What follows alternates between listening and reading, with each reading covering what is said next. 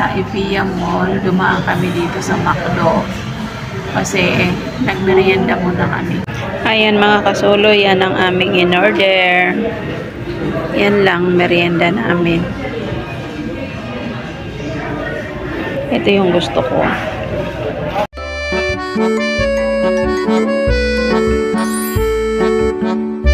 Good morning mga kasulo!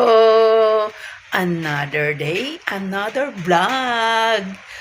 Magluluto tayo ngayon ng sopas. Kasi maulan. Alam nyo namang may bagyo, di ba? So maulan, kailangan natin humigop ng mainit na sabaw. So yung sopas natin, hindi kumpleto yung ingredients, pero okay lang. Ang importante doon yung makahigop ka ng sabaw. Diba? So, magluluto tayo ngayon, mga kasulo, ng sopas. Nakulang ang ingredients. Okay lang yun, mga kasulo. Ganyan talaga ang mahirap. So, samahan niyo ako, mga kasulo. Salamat!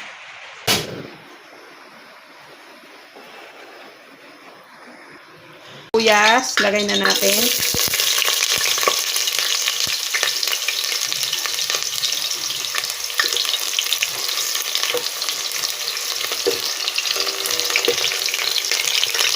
Bawang.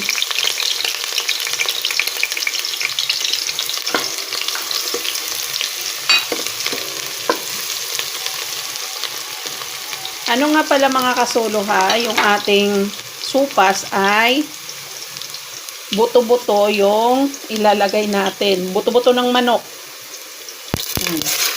Yan.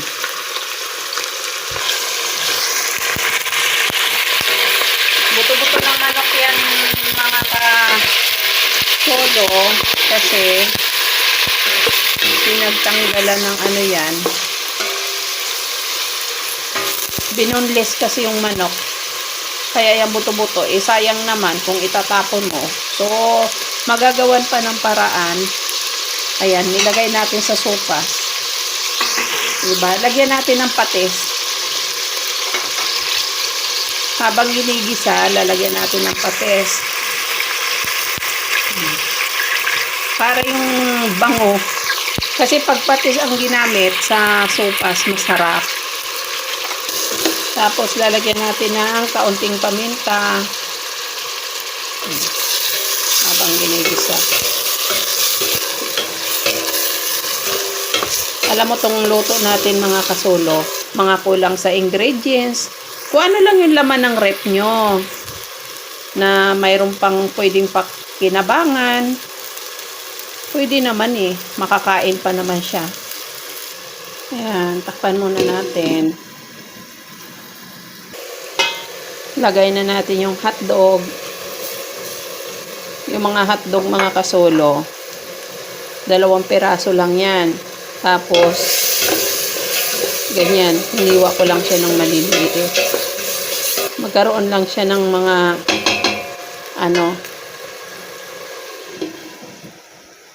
matawag naman siyang sopas. Lagyan na natin siya ng tubig na galing sa nawasa.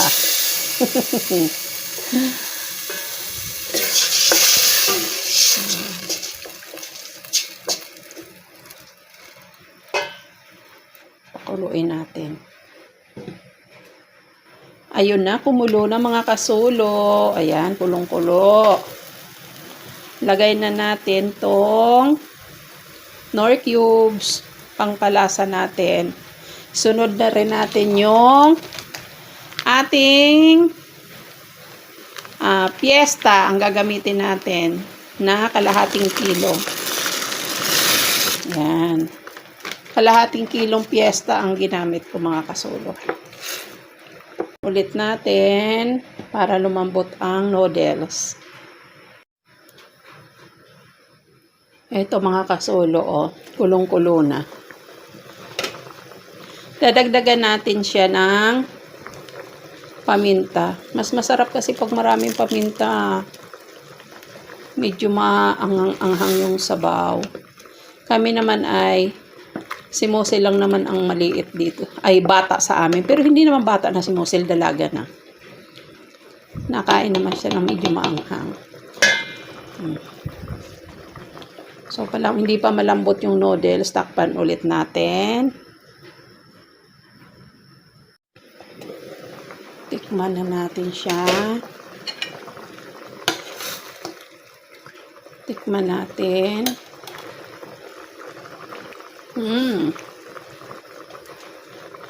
Konting patis.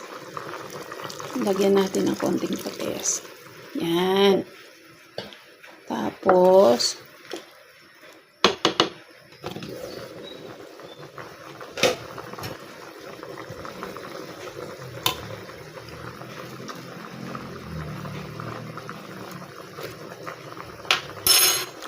sarap na mga kasulo. Kulang na lang ng gatas. Hindi pa luto ang ating noodles. Pero ilagay na natin yung carrots. Carrots. Diba? Kanina sabi ko mga kasulo, hindi kumpleto yung ating sopas, diba? So, si Ma'am Katuro ay tumakbo doon sa labasan. Kasi gusto niya may gulay. Takpan ulit natin. Lagay na natin yung gulay. Bagyo pichay ang nilagay namin mga kasulok. Hindi repolyo. Pareho lang naman yan. Kung ano lang ang available, wala daw kasing repolyo sa Talipapa. Iisang tindahan lang kasi binibilhan namin doon.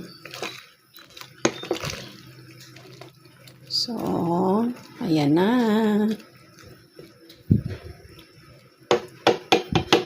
Lagay na rin natin yung, siyempre, yung ang gatas.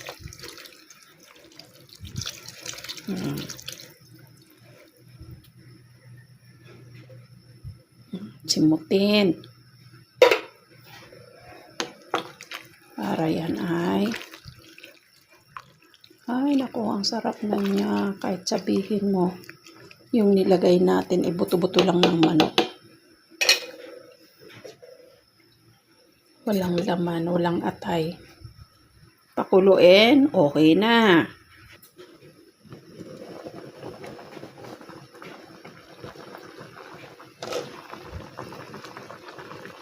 Ayan, mga kasulo, makakahigop na tayo ng sabaw. Magdamag kaya yung ulan kagabi. Tapos, nagising ako kagabi mga kasulo. Habang nagmumuni-muni ako, nagsiselfon ako kasi, siguro mga 1 ako nagising. Iniisip ko kaya, sabi ko magsusupas ako ngayon kasi masarap siyang humigop ng sabaw pagka umaga dahil malamig na malamig. Hindi naman siya totally malamig talaga na malamig. Pero gusto ko talaga magsopas kami kasi masarap. O, ayan na mga kasulo.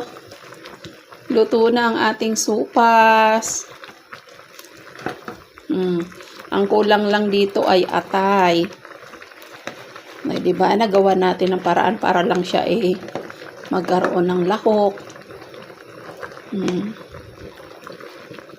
Hindi naman tayo gumastos ng malaki. Pero,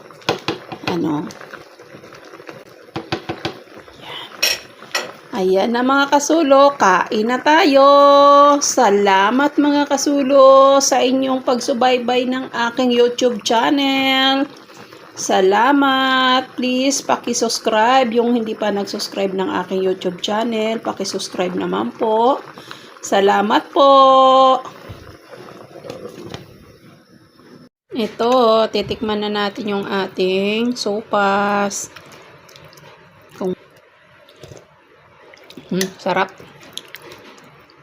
Kain tayo mga kasulo. Kain tayo. Masarap.